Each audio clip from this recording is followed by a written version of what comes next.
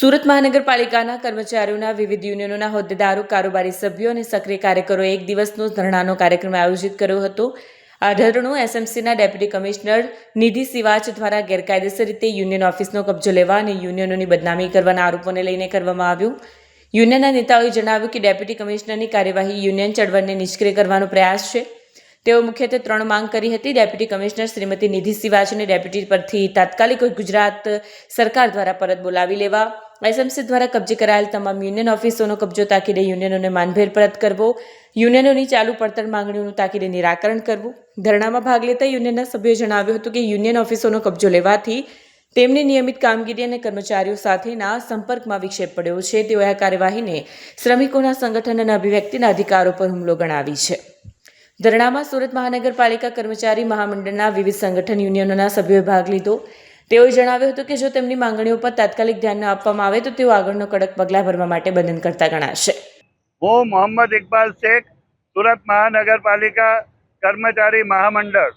અમારા મહામંડળ તરફથી આજ રોજ સુરત મહાનગરપાલિકાના મુખ્ય પ્રવેશદ્વાર પાસે એક દિવસના ધરણાના કાર્યક્રમનું આયોજન કરવામાં આવેલ છે.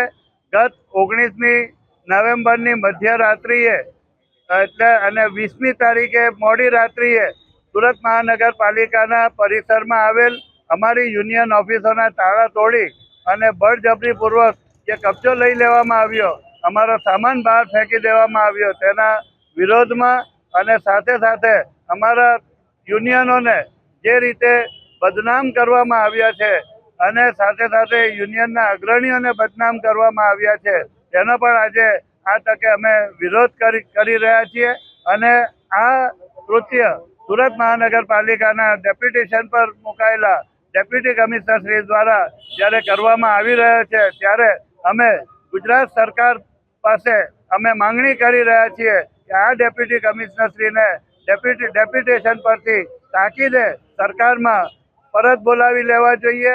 અમારા યુનિયનોની માંગણીઓ, કેટલીક માંગણીઓ તો 3-4 વર્ષથી હજી સુધી બાકી છે. એ તમામ માંગણીઓ પર તાકીદે પૂરી કરવામાં આવે અને તેમાં ખાસ કરીને અમારા જે કર્મચારીઓ 50 જેટલા જે અમારા કર્મચારીઓ ચાલુ નોકરીએ અવસાન પામ્યા, એમના સંતાનોને એક આશ્રિતને નોકરી આપવાનો જે ઠરાવ છે તેનો અમલ કરવામાં આવી રહ્યો નથી.